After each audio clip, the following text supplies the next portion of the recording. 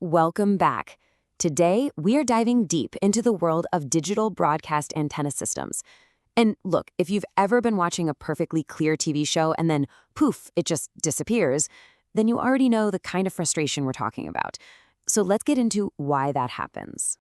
And just as a heads up, this is part 8 of our big 10-part series all about broadcast antenna systems.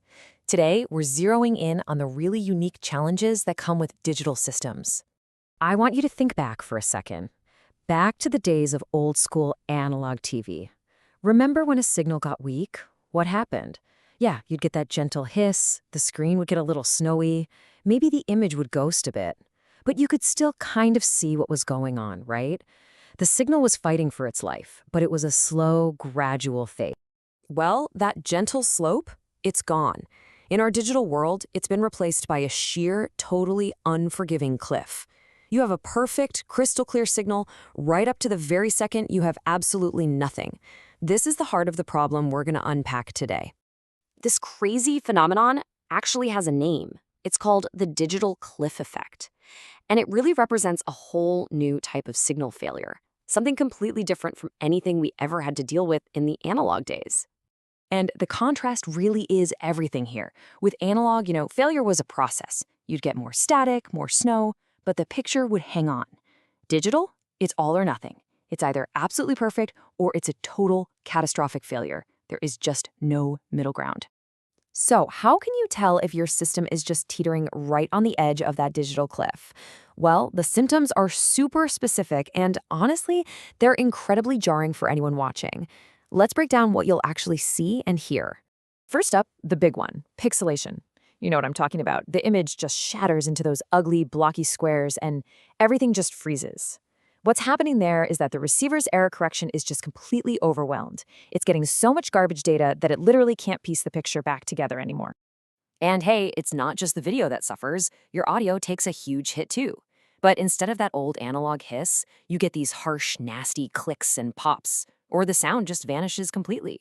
And our source material makes a great point. People find these sudden audio dropouts even more annoying than old-school static. Here's another really frustrating one, failed recordings on your DVR. You might be watching live TV, see a tiny little glitch for a second, and you don't think anything of it. But if that exact same glitch happens while your DVR is recording, the whole system might just give up on the recording, and you're left with nothing. Okay, so we've seen the symptoms, and your first instinct is probably to think, I just need a stronger signal, a bigger antenna.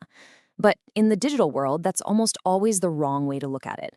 We've got to unmask the real culprits here, and it's not always about raw power. So this is the absolute key. We have to shift our thinking away from signal strength and focus on signal quality. Your TV might show 5 bars of strength, but if the quality is terrible, you're still going right over that cliff.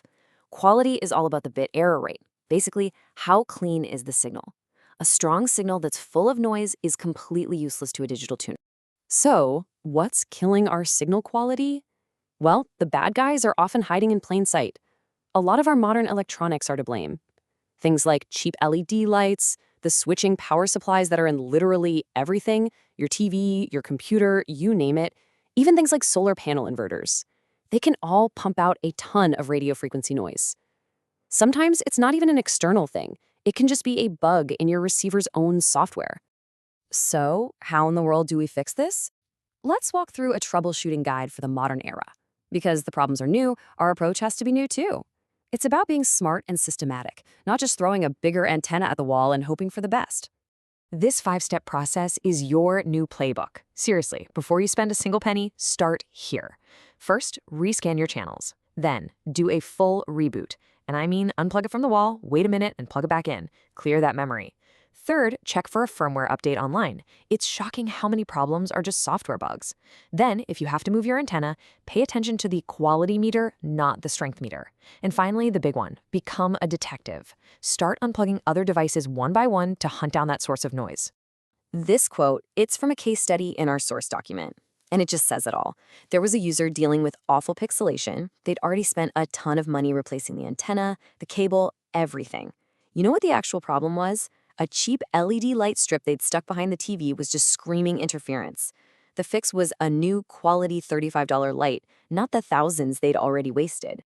And it really does come down to a tiny little component, just like this one. A poorly made, unfiltered power supply in some cheap gadget can absolutely bring your entire expensive home theater system to its knees.